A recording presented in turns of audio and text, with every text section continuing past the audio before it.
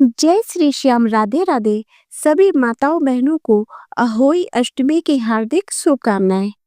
ये व्रत मुख्य रूप से महिलाएं अपनी संतान की लंबी उम्र और सुख समृद्धि के लिए रखती हैं।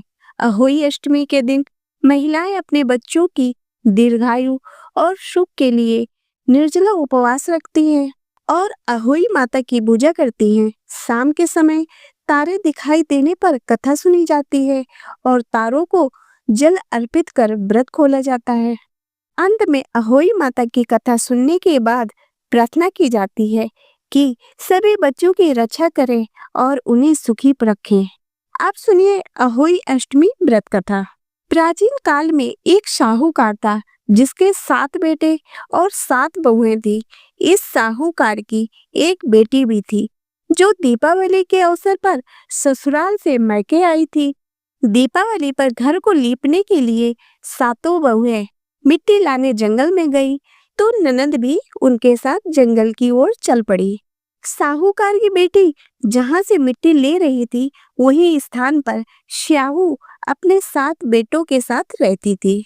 मिट्टी खोदते हुए गलती से साहूकार की बेटी की खुरपी से श्याहू का एक बच्चा मर गया। श्याहू इस पर क्रोधित होकर बोली, मैं तुम्हारी कोख बांधूंगी। श्याहू की यह बात सुनकर साहूकार की बेटी अपनी 7 भाभियों से एक एक करके विनती करती है कि वह उसके बदले अपनी कोख बंधवा ले। सबसे छोटी भाभी ननद के बदले अपनी कोख बंधवाने के लिए तैयार हो जाती है।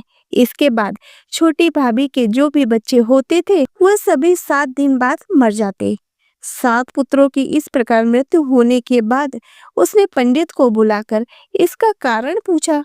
पंडित ने सुरही गाय की सेवा करने की सलाह दी। सुरही गाय सेवा से प्रसन्न होती है और उसे श्याहू के पास ले जाती है। रास्ते में थक जाने पर दोनों आराम करने लगते हैं। अचानक साहूकार की छोटी बहू की नजर एक ओर जाती है।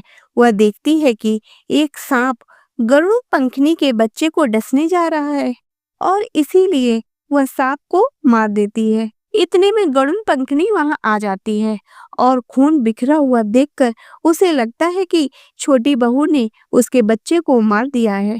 इस पर वह छोटी बहू को चोंच मारना शुरू कर देती है। छोटी बहू इस पर कहती है कि उसने तो उसके बच्चे की जान बचाई है। गरुड़ पंखनी इस पर खुश होती है और सुरही गाय सहित उसे श्याहू के पास पहुंचा देती है।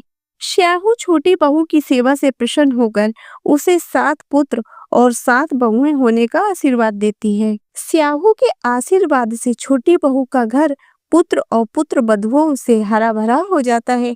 अहोई अष्टमी का अर्थ एक प्रकार से यह भी होता है अनहोनी को होनी बनाना, जैसे साहूकार की छोटी बहू ने कर दिखाया। तो बोलिए अहोई माता की जय। तो दोस्तों, आशा करती हूँ कि आपको ये व्रत कथा पसंद आई होगी। यदि ये व्रत कथा पसंद आई हो तो इसे लाइक करें तथा चैनल को सब्सक्राइब करें।